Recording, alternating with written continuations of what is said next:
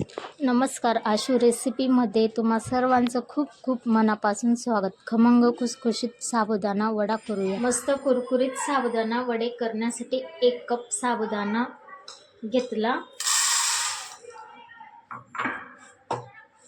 त्याला स्वच्छ धुवून घ्यायचं आहे 2-3 पाण्याने।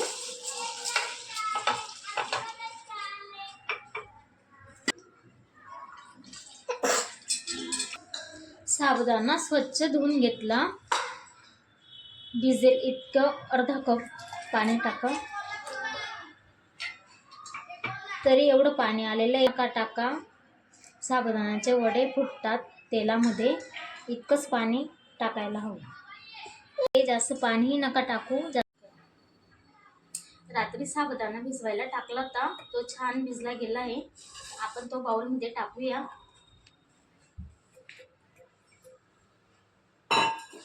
तो छान मऊ झालेला आहे। त्यामध्ये चवीपुरतं मीठ टाकूया।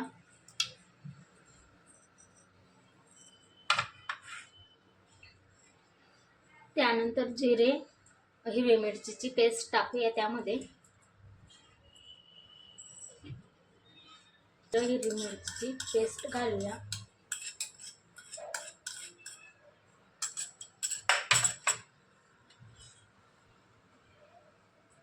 लिंबू पिळून घेऊ।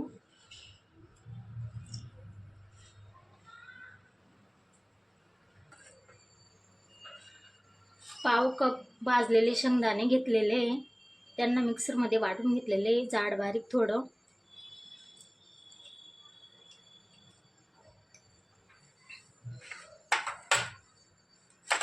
यासाठी 2 बटाटे घेतलेले उकडलेले, ते किसून आपण यात टाकूया।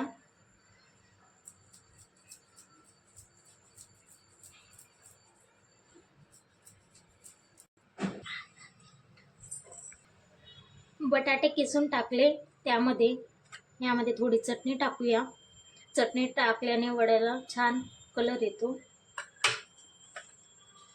छान मिक्स करून घ्यायचं हाताने। छान मळून झालं। याचा गोल गोळा करून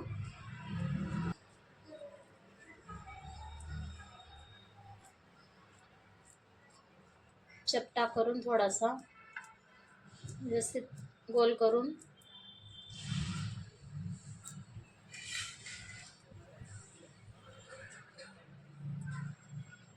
असे सगळे गोळे तयार करून ठेवायचे। याचा छोटा गोळा घेऊन दाबून असा छान चपटा करून घेतला। कडक तापलेल्या तेलामध्ये साबुदाणे वडे सोडून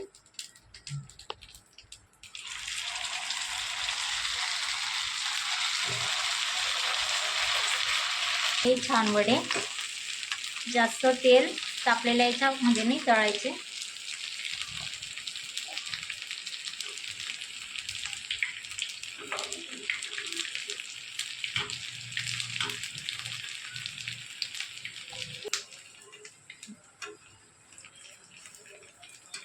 छान वडे तळले जात आहेत, तेलामध्ये फुटत पण नाहीये।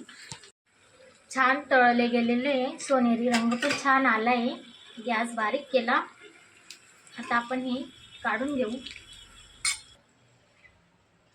छान वडे झालेले,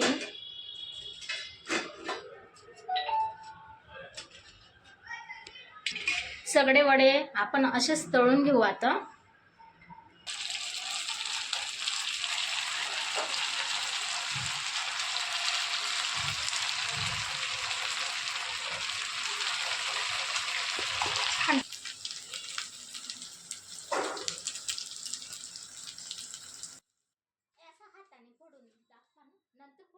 तयार झालेले आहेत।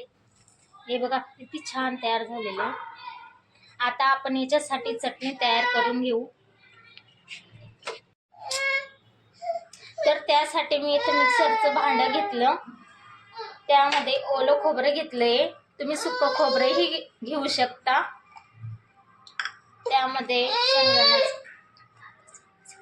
त्यामध्ये शेंगदाण्याचं कूट घेतलं।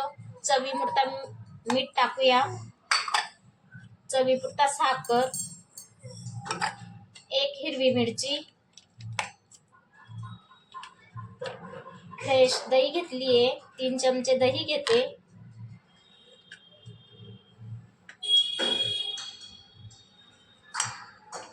त्यात थोडं पाणी टाकूया, मिक्सर मध्ये फिरून घेऊ. पण वड्यांसोबत झालेली चटणी पण छान तयार झालेली. आता वडे गरमागरम सर्व करूया.